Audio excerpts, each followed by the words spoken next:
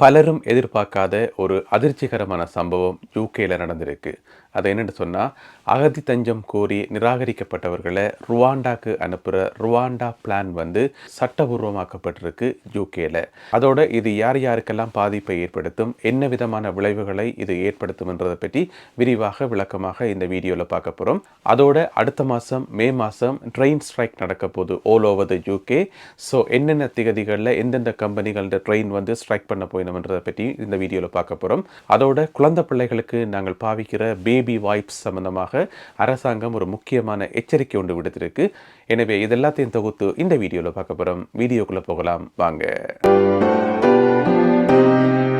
Tamizhadiyan UK YouTube சேனலுக்கு உங்கள் அனைவரையும் வருகவென அன்புடன் வரவேற்கின்றேன். பிரித்தானியாவில் வாழ்கின்ற தமிழ் மக்களுக்கு பயன்படக்கூடிய முக்கியமான தகவல்களை தாங்கி வருகிறது தமிழடியான் யூகே யூடியூப் சேனல். ஒவ்வொரு நாளுமே வீடியோக்களை பார்த்து தொடர்ச்சியாக ஆதரவை தந்து கொண்டிருக்கும் உள்ளங்கள் எல்லோருக்கும் மிக்க நன்றி. But enough is enough. No more prevarication, no more delay. பிரித்தானியாவில் அகதி தஞ்சம் கேட்டு அது நிராகரிக்கப்பட்டவர்களை ருவாண்டாக்கு நாடு கடத்துகின்ற அந்த நடைமுறை இப்போ சட்டபூர்வமாக்கப்பட்டிருக்கு. நேற்று பாராளுமன்றம் அதற்கான அனுமதியை வழங்கி அது உத்தியோகபூர்வமாக்கப்பட்டிருக்கு. இன்னும் ஒரே ஒரு கையெழுத்து தான் போட வேண்டியிருக்குது. அது மன்னர் சார்ல்ஸ் போட வேண்டிய கையெழுத்து. அவர் இன்னும் ஓரிரு வாரங்களில் அந்த கையெழுத்தை போட்டுருவார். அதற்கு பின்னர் 100% இது உத்தியோகபூர்வமாக ஆக்கப்பட்டுவிடும் யூகேல. இந்த மாதிரி ருவாண்டாக்கு டிப்போர்ட் பண்ணுற இந்த பிளான் 100% சட்டபூர்வமாக வந்த பிறகு நிறைய பேருக்கு இது ஆபத்தை கொண்டு வரும். கிட்டத்தட்ட 52,000 பேர் வெயிட்டிங் லிஸ்ட்ல இருக்கணுமாம் ருவாண்டாக்கு அனுப்பப்படுறதுக்கு யூகே முழுவதும். அவர்கள் பல்வேறு நலன்புரி நிலையங்களில் இப்போ தடுத்து வைக்கப்பட்டிருக்கணும். எனவே உடனடியாக 52,000 பேருக்கு இது ஒரு ஆபத்தை கொண்டு வந்திருக்கிறது இந்த சட்டம் மூலம். இதுல ஆபத்தான விஷயம் என்னன்னு சொன்னா, யார் யாரெல்லாம் இதில் அனுப்பப்படுவினோம் என்று சொல்லி எந்த விதமான கட்டுப்பாடும் கிடையாது. அதாவது ரிஃப்யூஜி கேட்டு அவர்களுக்கு ரிஜெக்ட் பண்ணப்பட்டால் அவர்கள் கண்டிப்பாக அனுப்பப்படுவார்கள். அதோட இல்லீகல் முறையாக வந்த மைக்ரன்ஸ், மிக முக்கியமாக பிரான்ஸ்ல இருந்து போட்ல வாராக்கள், இந்த இங்கிலீஷ் சேனலை க்ரோஸ் பண்ணி இங்க வாராக்களுக்கு தான் இந்த சட்டம் மூலம் மிக மிக முக்கியமாக கொண்டு வரப்பட்டது. எனவே சட்டம் என்று சொல்லி பொதுவாக வந்த பிறகு அவர்களை மட்டும் பிடிச்சி டிப்போர்ட் பண்ணுவாங்கன்னு சொல்ல முடியாது. எனவே இது எல்லா நாட்டிலிருந்து வருபவர்களையும் எல்லா நாட்டு அகதிகளுக்கும் இது ஒரு பாதிப்பான விஷயம் என்று சொல்லப்படுது. இப்ப 52,000 பேரை பிடிச்சு அனுப்புறதுக்கான முயற்சிகள் நடந்து இருக்குது. அதாவது வர்ற ஜூலை மாசத்திலிருந்து ஒவ்வொன்றாக பிளேனுகள் போகுது. தொடர்ந்து சமர் முழுவதுமே பிளேனுகள் போகுமாம். அதுக்கு பிறகும் ஓட்டம் டைம்லையும் கூட தொடர்ந்து பிளேனுகள் இங்கே அனுப்பப்படும் என்று சொல்லி அரசாங்க தரப்பில் சொல்லப்பட்டிருக்கு. எனவே இந்த ருவாண்டா பிளானை இனி யாராலுமே தடுக்க முடியாது. இவ்வளவு நாளும் சர்வதேச நாடுகள் இதற்கு கடுமையான எதிர்ப்புகள் தெரிவித்திருந்தன. சர்வதேச மனித உரிமை அமைப்புகள், சர்வதேச மனித உரிமை நீதிமன்றங்கள் மற்றும் பல்வேறு அமைப்புகள் இதுக்கு கடுமையான எதிர்ப்பை தெரிவித்தது. அதனால யூகே டிலே ஆகி கொண்டு வந்திருந்த நடவடிக்கையை முன்னெடுக்க முடியாமல். ஆனால் இப்போ இது யூகேல சட்டபூர்வமாக்கப்பட்டிருக்கிறதால இனி யாருமே கேட்க முடியாது, யாராலுமே தடுக்க முடியாது. எனவே யூகே அரசாங்கம் இந்த நடவடிக்கையை மிக வேகமாக செய்து முடிக்கும் என்று சொல்லப்படுது. அதே நேரம் பார்த்தீங்கன்னு சொன்னா, லேபர் கட்சி இதுக்கு கடுமையான எதிர்ப்பை தெரிவிச்சிருக்கு. இந்த ருவாண்டா பிளானுக்கு யூகே அரசாங்கம் எக்கச்சக்கமான காசை செலவழிக்க வேண்டி இருக்குது.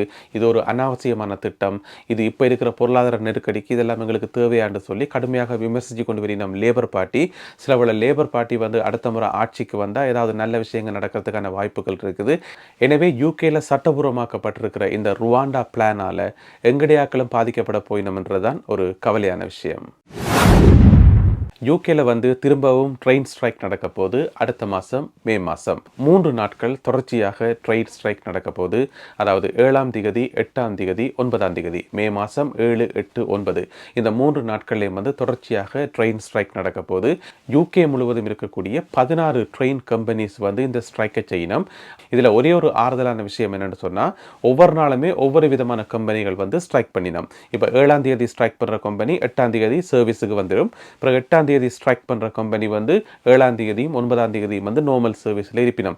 சோ அப்படி பிரிச்சு செய்யறதால ஓரளவு ஆறுதலாக இருக்குது. மற்றபடி இந்த 3 நாட்களுமே ட்ரெயின் ஸ்ட்ரைக் நடக்க போகுது. இப்போ நீங்க படத்துல பார்க்கிறது 7ஆம் தேதி ஸ்ட்ரைக் பண்ண போற ரயில்வே கம்பெனிஸினுடைய டீடைல்ஸ். இதுல மிக முக்கியமா பாத்தீங்கன்னு சொன்னா, கட்விக் எக்ஸ்பிரஸும் 7ஆம் தேதி ஸ்ட்ரைக் பண்ணினோம். இப்போ நீங்க பார்த்து கொண்டிருக்கிறது 8ஆம் தேதி ஸ்ட்ரைக் பண்ண போற ரயில்வே கம்பெனிகளுடைய டீடைல்ஸ்.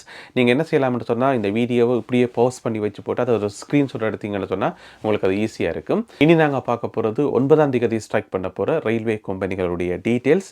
இதை நீங்கள் ஸ்க்ரீன்ஷாட் எடுத்து வச்சிங்கன்னு சொன்னால் உங்களுக்கு உதவியாக இருக்கும். மறக்க வேண்டாம், மே மாதம் 7ஆம் தேதியும் 8ஆம் தேதியும் 9ஆம் தேதியும் UK முழுவதும் இருக்கக்கூடிய 16 ரயில்வே கம்பெனிகள் வந்து ஸ்ட்ரைக் பண்ண போயினோம். சின்ன பிள்ளைகளுக்கு நாங்கள் பாவிக்கிற பேபி வைப்ஸ் இருக்குத்தானே, அது சம்பந்தமாக அரசாங்கம் ஒரு முக்கியமான எச்சரிக்கையை விடுத்திருக்கு. என்னென்னு சொன்னால், அந்த பேபி வைப்ஸில் பிளாஸ்டிக் இருந்தால் இனி நீங்கள் அதை பாவிக்க வேண்டாம் என்று சொல்லி. ஏன்னு சொன்னால், பிளாஸ்டிக் இருக்கக்கூடிய அந்த பேபி வைப்ஸை வந்து இனி UK அரசாங்கம் பேன் பண்ண போகுது. பேபி வைப்ஸில் வந்து எப்படி பிளாஸ்டிக் வரும், அதை பார்க்க ஒரு துணி மாதிரி ஒரு பேப்பர் மாதிரி தானே இருக்குன்னு சொல்லி நீங்கள் கேட்கலாம். ஆனால் அது அப்படி இல்லை, மைக்ரோ பிளாஸ்டிக், அதாவது மிக நுண்ணியமான பிளாஸ்டிக் வந்து அதுக்குள்ளே இருக்கும். அது மிக்ஸ் பண்ணப்பட்டிருக்கும். அது எங்களுக்கு கண்ணுக்கு பார்க்க தெரியாது. இருந்தாலுமே கூட அது வந்து பொல்யூஷனை உருவாக்கும். மிக முக்கியமாக வந்து வாட்டர் பொல்யூஷனை உருவாக்கும் என்று சொல்லி இப்போ அரசாங்கம் கண்டுபிடிச்சிருக்க ஒரு ரிசர்ச்சில் ஏற்கனவே 3 முக்கியமான விற்பனை நிலையங்கள் வந்து இந்த பிளாஸ்டிக் இருக்கக்கூடிய வைப்ஸை வந்து அவங்க ஷெல்ஃபில் இருந்து எடுத்துட்டோம். அது யாருன்னு சொன்னால் டெஸ்கோ, அல்டி மற்றது பூட்ஸ். எனவே நீங்கள் எந்த கடையில் வைப்ஸ் வாங்குறதாக இருந்தாலும் அந்த வைப்ஸ் பேக்கெட் இருக்க வடிவாக பாருங்க, அதில் பிளாஸ்டிக் ஃப்ரீ என்று சொல்லி பிரிண்ட் பண்ணப்பட்டிருக்கான்னு சொல்லி. எனவே அப்படியான பேக்கெட்ஸ்களை பார்த்து வாங்குங்க. நல்லது அன்பான உறவுகளே, இன்றைக்கு அவ்வளவுதான் தகவல்கள். இந்த தகவல்கள் உங்களுக்கு பிரயோஜனமாக இருந்திருக்கும் என நம்புகிறேன். இது போன்ற தகவல்களுடன் மீண்டும் இன்னும் ஒரு வீடியோவில் சந்திப்போம். நன்றி, வணக்கம்.